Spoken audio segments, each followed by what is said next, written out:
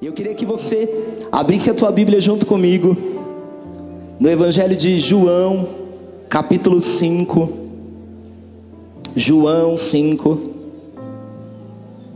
E a palavra do Senhor diz o seguinte: algum tempo depois, Jesus subiu a Jerusalém para uma festa dos judeus. Há em Jerusalém, perto da porta das ovelhas, um tanque, que em aramaico é chamado Betesda, tendo 5 entradas em volta. Ali costumava ficar grande o número de pessoas doentes e inválidas, cegos, mancos e paralíticos. Eles esperavam um movimento nas águas. De vez em quando descia um anjo do Senhor e agitava as águas. O primeiro que entrasse no tanque, depois de agitada as águas, era curado de qualquer doença que tivesse. Um dos que estavam ali era paralítico, fazia 38 anos. Quando o viu deitado e soube que ele vivia naquele estado durante tanto tempo, Jesus lhe perguntou: você quer ser curado? Disse o paralítico: Senhor, não tenho ninguém que me ajude a entrar no tanque quando a água é agitada. Então, enquanto estou tentando entrar, outro chega antes de mim. Então Jesus lhe disse: levante, pegue a sua maca e ande. Imediatamente o homem ficou curado, pegou a sua maca e começou a andar. Isso aconteceu num sábado. Feche os teus olhos aí no teu lugar. Pai, obrigado, Jesus, pela tua palavra, Senhor. Obrigado, Pai, por essa manhã. Obrigado, Pai, por essa oportunidade de estarmos aqui, ó Pai, Espírito Santo de Deus. Tudo é para ti, Pai. Obrigado pelos milagres, ó Pai, em nome de Jesus. Mas agora, Senhor, eu quero apresentar, Pai, a minha vida diante do teu altar. Que a partir de agora não seja mais o meu falar, mas que seja o Senhor falando através de mim. Pai, abra, Pai, o entendimento espiritual de cada filho, de cada filha tua que veio te buscar. Pai, em nome de Jesus, traga a resposta, Pai. Traga a direção, Pai. Traga a provisão, Pai, em nome de Jesus. Pai, nós celebramos e aplaudimos a tua palavra em nome de Jesus. Aplauda, celebra, glorifica, faz barulho a palavra do Senhor em nome de Jesus. Quantas vezes a dor, a espera, a frustração nos colocam no chão por um tempo e a gente acaba se perdendo em meio às nossas dificuldades. A gente se perde em meio àquilo que é a nossa necessidade.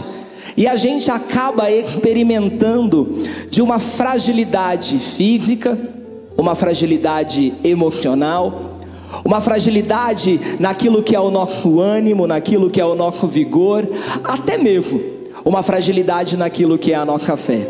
A espera, ela pode causar em nós uma diminuição da nossa fé. A fé, que é um atributo daquilo que nós não vemos, mas aquilo que é extremamente necessária. Meu irmão, eu vim aqui nessa manhã para falar sobre a tua vida. A fé é o combustível que vai te levar em direção ao teu milagre. E nessa manhã o Senhor te trouxe aqui para que você entenda que no mês de abril, mês de nos levantarmos, é o mês de você se levantar em fé. É o mês de você se levantar em fé, porque eu estou aqui como um profeta da palavra do Senhor para liberar sobre a tua vida. Eu não sei há quanto tempo você está esperando, eu não sei o que você está passando, mas eu só tenho uma certeza: você não vai voltar para casa do mesmo jeito que você chegou, porque nessa manhã você se levantou e você está aqui para testemunhar e para aumentar a tua fé. Você vai experimentar um tempo de se levantar em fé em nome de Jesus. Mas não é fácil. Eu sei que não é fácil, porque aquele homem estava vivendo há 38 anos numa condição na qual ele era um paralítico, ele tinha dificuldade de locomoção, ele tinha uma limitação. E eu não sei qual a sua limitação. Eu não sei há quanto tempo você está aguardando, eu não sei o que você está esperando, mas eu sei que nessa manhã você precisa buscar sentido, não nas coisas que você está vivendo, mas você vai buscar sentido em um Deus que transforma e renova todas as coisas. Está faltando sentido, porque você está olhando para o lugar errado. Está faltando sentido porque você está olhando para a tua limitação, mas Deus me trouxe aqui nessa manhã para que você olhe para Ele, porque dele e para Ele são todas as coisas. Ele vai renovar a tua esperança. E a palavra fala de um tanque, a palavra fala de um lugar. Repete comigo aí no teu lugar: Betesda. Repete bem alto: Betesda ou Betesda. E a palavra Betesda, ela significa casa da misericórdia. É a interpretação mais comum e teologicamente a interpretação mais aceita. Mas eu encontrei aqui algumas outras definições: casa da graça, casa da bondade. Alguns estudiosos também falavam e falam que Betesda pode significar águas em movimento. Pastor, por que é importante isso? É importante você saber que aquele paralítico, aquele homem, na condição na qual ele estava em meio a um lugar conhecido como casa da misericórdia. E ele estava ali há 38 anos buscando um milagre, há 38 anos buscando algo importante para ele. Betesda carrega em seu nome o reflexo do caráter de Deus, um lugar aonde o necessitado encontra compaixão e o milagre do ciclo da espera se rompe. E eu sinto de Deus de falar sobre a tua vida, meu irmão. Nessa manhã você está em Betesda, nessa manhã você está numa casa de misericórdia, nessa manhã você está numa casa de oração, e eu quero dizer e eu quero declarar sobre a tua vida: o ciclo da tua espera vai chegar ao fim, o milagre de Deus vai se concretizar sobre a tua vida. Aquilo que você espera nessa manhã, se você se levantar em fé e se você entender aquilo que Deus tem preparado para você hoje, nessa manhã o Senhor marcou o encontro com você. Nessa manhã o Senhor marcou o encontro com você, para que você saia daqui em pé e em fé. Pastor, por que é importante viver em pé e viver em fé? Porque nós estamos no meio do mês de abril. Uma palavra profética foi liberada. Só que não basta eu me levantar. Por que tem tanta gente frustrada? Por que tem tanta gente dependente? Porque eu vejo o movimento acontecendo, eu faço igual, mas eu não tenho todas as atitudes iguais. Eu apenas me levanto, mas eu não tenho fé. E o Senhor me disse claramente: fala para a minha igreja, não é só para ficar de pé, não é só para levantar-se, mas é tempo, é chegado a hora da igreja acreditar. Se existe uma palavra profética sobre a tua vida, se existe uma palavra que você será bênção dentro da tua casa, se existe uma palavra de restauração do teu casamento, de renovação da tua saúde emocional, de que Deus vai soprar o teu nome, de que a tua empresa será reconhecida, você não apenas vai se levantar, mas você vai ter fé para caminhar de fé em fé, de vitória em vitória, de milagre em milagre. Eu vim aqui nessa manhã como boca de Deus para a tua vida, para declarar: você vai viver em fé, em pé, mas em fé, para viver os milagres, os sinais e os prodígios de Deus, em nome de Jesus. Aplauda o Senhor, celebra o nome dele. Aleluia.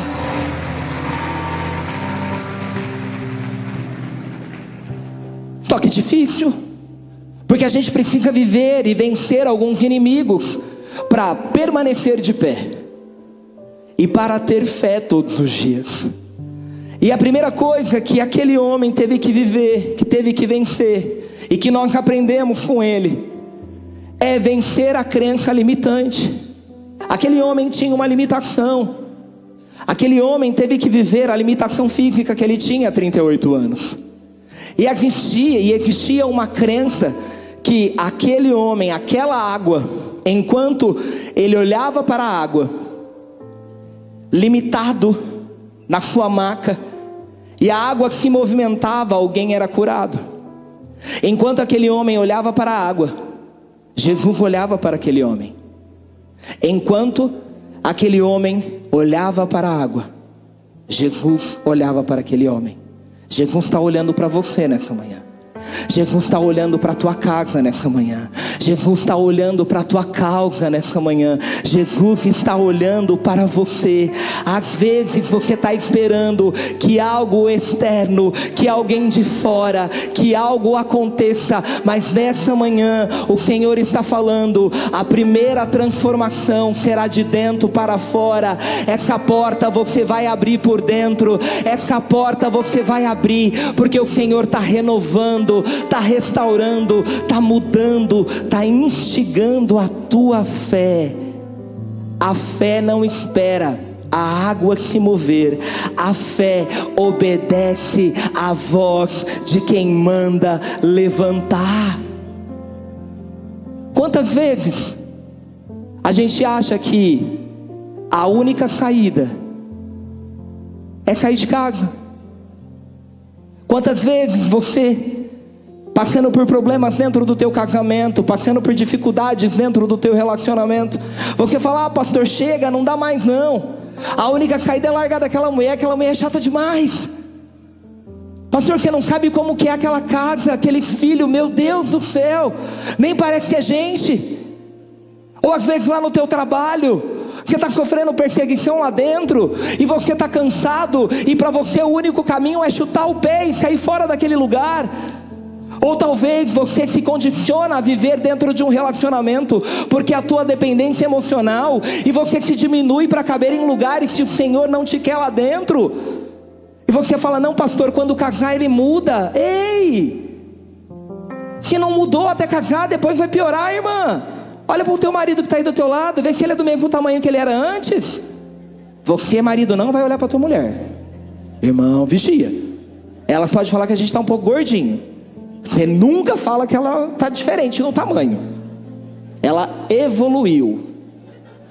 Entendeu? Melhorou. Criou experiência. Tem bagagem. Mas às vezes para você o único caminho é nessa semana agora ir atrás de um agiota. Porque para você o único caminho para a solução dos teus problemas está na tua mão. Porque naquela época a limitação que aquele homem tinha, a crença limitante que ele tinha era: a água tem que se movimentar. E se eu entrar na água e eu não consigo entrar na água, ei meu irmão, você não precisa entregar o teu caminho a alguém, porque Jesus é o caminho. A palavra fala que Ele é o caminho, a verdade e a vida. É Ele que é o caminho. Eu por muitos anos, eu cresci numa família cristã.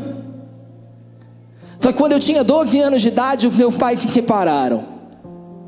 E rachou a minha casa, rachou a minha família. E durante toda a minha adolescência eu cresci fora da igreja. Quando eu fui fazer faculdade em outra cidade, eu me arrebentei. Essa pessoa que está aqui na frente de vocês, há 20 anos atrás, eu fumava 2 maços, 3 maços de cigarro por dia. Eu bebia todos os dias. Eu cheguei num ponto, irmão, que eu fiquei 4 noites sem dormir, porque eu tinha síndrome do pânico. Eu não conseguia dormir, eu tomava remédio para dormir, eu bebia, eu fumava, e eu me lembro quantas madrugadas eu não fiquei acordado, fumando e assistindo Fala Que Eu Te Escuto, porque tinha uma semente plantada dentro de mim. Eu buscava um caminho, eu buscava um atalho, mas o Senhor já tinha um caminho preparado para mim. O Senhor já tinha uma semente plantada na minha vida. E eu me lembro que quando eu volto, depois de ter morado fora da faculdade, depois de um episódio de mais de 4 noites sem dormir, um dia a minha mãe me chama para ir numa igreja. A igreja de uma pastora que conhecia o meu pai. Meu pai faleceu num acidente de trabalho no meio desse percurso. E ela conhecia o meu pai. Quando eu chego na igreja, irmãos, a igreja estava fechando. Só que ali eu tive um encontro genuíno com Jesus de novo. Só que a igreja fechou. E ali na hora eu falei, meu Deus, como assim? Eu acho que não é para mim. Eu tô com a vida destruída. Quando eu decido ir para algum lugar, eu chego nesse lugar, a igreja fecha. Deus, você não está me vendo? Você não está me enxergando? E o Senhor me fala que tem pessoas aqui nessa condição hoje, que você saiu de casa falando, pai, você não está me vendo? Você não está olhando para essa situação? Mas aí de repente, num cenário desfavorável, eu vou usar a frase que o bispo um dia usou. Num cenário desfavorável, o menino deitado no sofá, o menino que não queria nada com nada, o menino que não queria nada, a vida dele era fumar e beber. Ele não queria nada com nada. A palavra de Deus entrou como o verdadeiro caminho. E aquele menino se levanta de um sofá. E aquele menino hoje está aqui, nessa manhã, falando para você, testemunhando aquilo que Deus fez na vida dele. Porque você vai se levantar em fé, e você vai viver o plano de Deus para a tua vida. Mas não busca atalho. Não busca atalho aonde o Senhor tem um caminho. O atalho cansa. O atalho cansa. E olha só o que fala Mateus 11, 28. Coloca no telão, por favor. Venham a mim, todos que estão cansados e sobrecarregados, e eu lhes darei descanso. Tomem sobre vocês o meu jugo e aprendam de mim, pois sou manso e humilde de coração, e vocês encontrarão descanso para as suas almas, pois o meu jugo é suave e o meu fardo é leve. Aonde você está indo quando você está cansado? A palavra aqui fala, vinde a mim todos aqueles que estão cansados e sobrecarregados. E a limitação, a comparação, a crença limitante, a busca por atalhos cansa. Ela faz você gastar uma energia que não é necessária para aquele momento. Mas a palavra é clara, vinde a mim todos aqueles que estão cansados. Pastor, o que é jugo? Jugo é aquilo que você coloca em 2 animais. Então é como se você tivesse um animal aqui e outro animal ali. Então o jugo eles dividem. Só que a palavra fala assim, quando você está cansado e você troca o teu jugo com o Senhor, e Ele coloca o dele em você que é leve, você a partir daquele momento vai de acordo com a direção e a orientação de Deus para a tua vida. Então pela manhã, quando você renova, quando as misericórdias dele se renovam sobre a tua vida, como fala o livro de Lamentações, e você entende esse processo, é como se você virasse para Jesus e falasse assim, e aí Jesus, para onde que a gente vai agora? Como que vai ser o nosso dia? Como que vai acontecer? O Senhor já renovou as minhas esperanças, o Senhor já renovou as suas misericórdias sobre a tua vida. E agora eu sei que o Senhor vai me levar para o caminho, porque eu não preciso de um atalho, porque eu tenho um Deus que Ele é o Deus do caminho. E eu estou aqui para declarar sobre a tua vida, você não vai precisar de atalhos, você não vai buscar uma saída em outro lugar, a não ser entregar o teu caminho ao Senhor. As tuas limitações não limitam a Deus. As tuas limitações não limitam a Deus. Essa pessoa que está aqui, falando no telefone, falando com vocês aqui, Era a pessoa mais complexada da vida com a voz dele. Até hoje, 40 anos, eu chego em algum lugar, Felipe, qual que é teu nome? Eu odeio ir em condomínio. Estou tratando isso em terapia. Por quê, pastor? Qual que é teu nome? Felipe. Felipe do quê? Daniel. Daniel do quê? Assis. Que? Assis. Que? Afif. Atif. Atolfo. Que ri? Porque não é com você. Eu ando com papel. Hoje não mais. Mas eu andava com papelzinho. Diante de Deus. O meu nome está aqui. Porque por muito tempo eu não acreditava que era possível falar e as pessoas me entenderem. Por quê? Por causa de um desvio que eu tenho, que eu nunca tive coragem de operar. Todo médico que eu vou, cada um falava uma coisa. Eu falava, não vou operar não. Vai ficar assim, esse charme da minha voz. Só que é esse cara que fala com o microfone, é esse cara que quando tem que apresentar alguma coisa vai, é esse cara que Deus está usando e vai usar. Então Deus vai te usar com essa crença limitante. Deus vai te usar do jeito que Ele quer, porque Ele escolheu você desde o ventre da tua mãe. Você é escolhido, você é escolhido. Não limita. Deus não se limita através da sua limitação. Mas para isso você precisa vencer, você precisa romper. E é difícil vencer as nossas crenças, sim ou não? É difícil vencer as nossas limitações. E tem outra coisa que é tão difícil quanto: as nossas desculpas. Quem é bom em desculpa não é bom em mais nada. Quem é bom em desculpa não é bom em mais nada. Tem coisa mais irritante do que lidar com alguém que você vai falar alguma coisa. A gente tem o Bernardo de 7 anos e é incrível.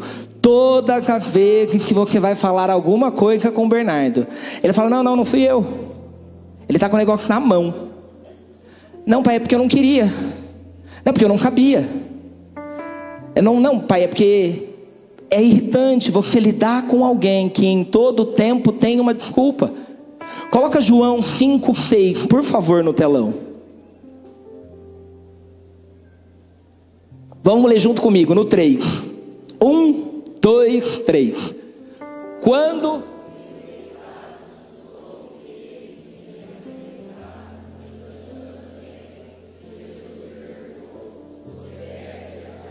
Vira para essa pessoa que está aí do teu lado. Seja profeta na vida dela agora. Aponta o dedo de profeta. Vou fazer igual eu faço em Olímpia. Aponta o dedo de profeta. Faz cara de profeta. Pastor, o que é cara de profeta? É aquela cara mais séria, sem muito sorrisinho. Aponta o dedo na cara dela e pergunta para ela: você não está sendo profeta não, meu irmão.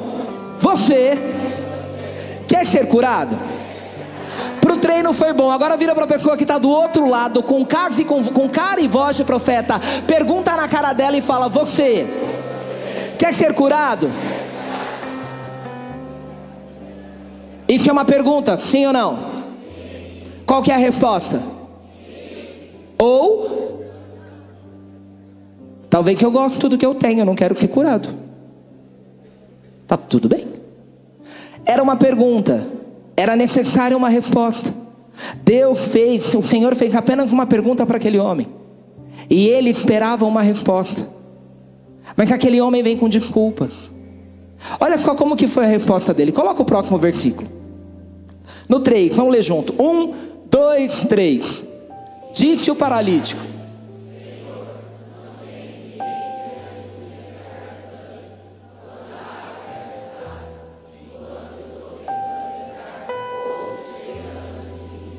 eu já fico imaginando a cena. Ah, Senhor, ele deitadão. Porque eu não consigo. Porque isso, por causa daquilo outro. Pastor, ele tinha uma limitação física, como o Senhor é insensível. Irmão, para de florear. Para de te culpar. Para de ficar colocando a culpa no outro. Tem um negócio chamado autorresponsabilidade. Não busque no outro aquilo que o Senhor depositou em você. Era uma pergunta. E a resposta era clara: sim ou não. E o Senhor está aqui me falando que nessa manhã Ele tem feito isso com você. Ele tem colocado, como a pastora Vivi falou, projetos na tua mão, sonhos no teu coração, e você está engavetando aquilo que Deus te entregou. Ei, o Senhor está dizendo: eu sou o dono das estações, o sim e o não provém de mim, mas é necessário levantar-se em fé. Aquele homem tinha apenas uma direção, e ele tinha apenas que ter respondido sim ou não. Chega de desculpas. Tiago 2,17 fala: assim também a fé, por si só, se não for acompanhada de obras, está morta. É necessário uma ação. É necessário você entender que não apenas você vai experimentar de uma palavra, mas você vai ser testemunha da palavra. É isso que o Senhor deseja para você, é isso que Ele tem para a tua vida. Você não apenas vai ouvir falar de um Deus de milagre, o Deus que ressuscita, o Deus que restaura, o Deus que levanta, o Deus que renova, mas você vai ser testemunha daquilo que Ele está fazendo e daquilo que Ele vai fazer na tua vida. Mas para isso, você vai pegar essas desculpas e você não vai colocá-la mais embaixo do prato. Você vai colocá-la de lado e você vai se levantar. O que você precisa fazer? O que você precisa realizar? Você precisa cuidar da tua vida física? Você precisa ir no médico? Você precisa fazer o quê? Você precisa pedir perdão para alguém? Pastor, não, eu sou crente, sou cristão, mas não vou passar Páscoa com a minha família. Por quê? Porque tem gente lá da minha família que eu não converso, eu não gosto. Ué, você vai deixar de ter um tempo de comunhão com a tua família porque você carrega algo que não é teu? Porque que você tem que pedir perdão para alguém? Você está carregando um peso que não é teu, e por isso que você não está conseguindo se levantar, por isso que você não está conseguindo caminhar. Mas nessa manhã o Senhor vai te colocar sabedoria e poder de decisão para liberar perdão sobre a vida daqueles que te feriram. Porque nessa semana você vai passar o feriado de Páscoa com toda a tua família reunida, porque o lar é onde habita o coração, e o teu coração vai estar limpo, o teu coração vai estar sadio, e você vai parar de dar desculpa. Adulto faz o que tem que ser feito, irmão. Ninguém aqui é criança, o culto da cabaninha é lá fora.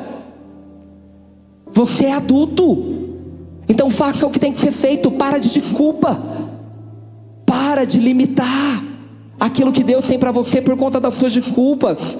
Seja bom em outra coisa, a não ser se desculpar. Mas é difícil permanecer, e a gente precisa vencer também a incredulidade. É difícil vencer a incredulidade. O paralítico, ele não rejeita Jesus. Muitos rejeitaram Jesus, mas aquele homem não rejeita Jesus, mas ele não acredita que algo novo estava prestes a acontecer. Ele estava preso na única forma de um milagre acontecer, que era o movimento das águas, e ele estava preso àquilo. Ou seja, na cabeça dele, a cura só vai acontecer daquele jeito. E você talvez está assim: a renovação do meu casamento só vai acontecer se alguém for lá e falar com o meu marido. A salvação da minha casa só vai acontecer se algo ou alguém for lá e fazer do jeito dele. Às vezes a incredulidade não é a falta total de fé, mas é quando você deposita a tua fé no lugar ou em lugares errados. Você acredita mais em algo ou em alguém do que realmente no dono daquele que provém todas as coisas. Porque você deposita toda a tua fé num lugar. Pastor, eu vou lá na cabana hoje porque eu saio de lá renovado. Glória a Deus por isso. Nós também saímos. Quem aqui ama os domingos na cabana, dá um glória a Deus aí no teu lugar. Só que não adianta nada eu sair daqui pela manhã e lá no estacionamento já eu desacreditar daquilo que foi liberado aqui nessa manhã. Você ficar preso a tua dívida, preso e condicionado ao teu lugar, ao teu ambiente. Deixa eu te falar uma coisa, meu irmão. Só tem uma forma de viver milagre. Só tem uma forma de viver milagre: vivendo a falta de algo. O cenário do milagre é o cenário que talvez muitos de nós estamos. É necessário estar no vale para conseguir chegar até o topo da montanha. É necessário passar pelo vale para conseguirmos chegarmos ao topo da montanha. O maior empecilho para o povo e o novo de Deus é porque a fé antiga parou aquilo que o Senhor vai fazer diferente. Pastor, eu oro, pastor, eu busco. E a palavra fala de um povo que orava incansavelmente pela libertação de um homem. E essa palavra está lá no livro de Atos 12. E eu queria compartilhar com você rapidamente. Percebendo isso, Atos 12, versículo 12. Percebendo isso, ele se dirigiu à casa de Maria, mãe de João, também chamado Marcos, onde muita gente havia se reunido e estava orando. Pedro bateu à porta do alpendre e uma serva chamada Rode veio atender. Ao reconhecer a voz de Pedro, tomada de alegria, ela correu de volta sem abrir a porta e exclamou: Pedro está à porta. Eles, porém, lhe disseram: você está fora de ti. Insistindo em afirmar que era Pedro, disseram-lhe: deve ser o anjo dele. Mas Pedro continuou batendo, e quando abriram a porta, o viram e ficaram perplexos. A palavra fala no versículo 5 que a igreja orava incansavelmente para a libertação de Pedro. E às vezes você está aqui assim: pastor, eu oro incansavelmente por algo na minha vida. Eu oro incansavelmente pela liberação, pela libertação, pela cura. E a gente tem que orar. Nós temos que orar, mas nós temos que acreditar naquilo que nós oramos. E tem muita gente cansada, porque você tem orado sem acreditar. Você tem orado sem crer naquilo que é o poder da tua oração. Porque a palavra fala que Pedro é milagrosamente solto, e ele vai à casa onde ele estava orando. E eu fico imaginando a cena, irmão. Eu fico imaginando assim, o povo tudo lá orando, e um clamor acontecendo, a irmã do coque, e tudo aquilo rodando, e é tudo aquilo acontecendo. E de repente, quem é? E aí Pedrão fala: eu quem? Eu. E Rod: é Pedro. É Pedro. Chega lá pro povo que está orando: a oração deu certo, a oração deu certo. Aquilo que você orou, aquilo que você clamou, está batendo a porta.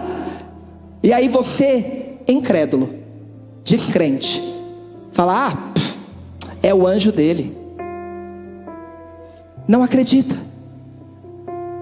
Porque você está orando sem acreditar naquilo que você está orando. Enquanto você está orando, o teu milagre já está posicionado à porta, batendo para que você abra.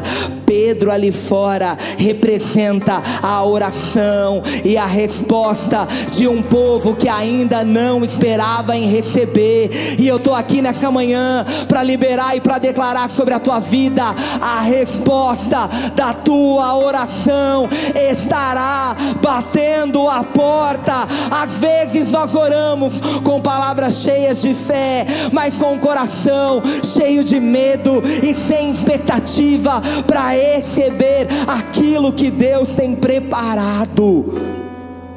O quanto você tem orado sem fé, não crendo naquilo que Deus tem para você.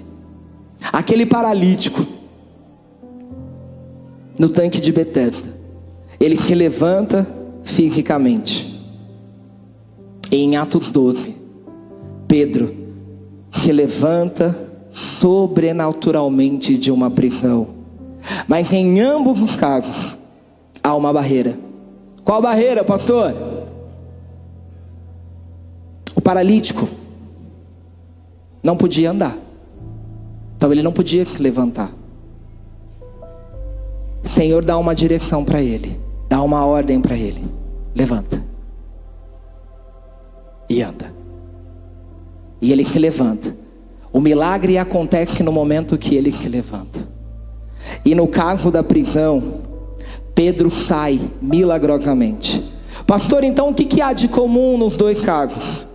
Em ambos há uma barreira. O milagre já aconteceu, mas alguém precisa crer para acessar. Aquele homem teve que se levantar numa condição na qual ele não estava, e Pedro passou, saiu da cadeia, e aquele povo teve que entender que o milagre estava à porta, batendo a porta, e eles ainda não acreditavam. O Senhor me trouxe aqui nessa manhã para que você renove a tua fé, mas para que você se levante em fé para viver aquilo que você ainda não viveu, para experimentar e ser testemunha da graça e do poder dele. Mas para isso você vai vencer a tua incredulidade, as tuas limitações e as tuas desculpas. Deus tem algo novo preparado. E aí a palavra fala no livro de João 5:8: levante, pegue a tua maca e anda. Imediatamente o homem ficou curado, pegou a maca e começou a andar. Jesus, e isso é tão lindo, irmãos, isso é tão lindo, porque Jesus cura fora da lógica, fora do tempo e fora da estrutura religiosa. Jesus cura em todos os lugares.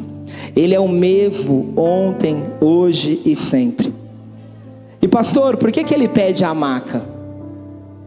Por que ele fala para aquele paralítico: levanta, pega a tua maca e ande?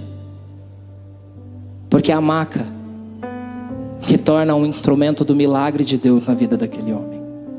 A maca representava as dores, a maca representava as limitações.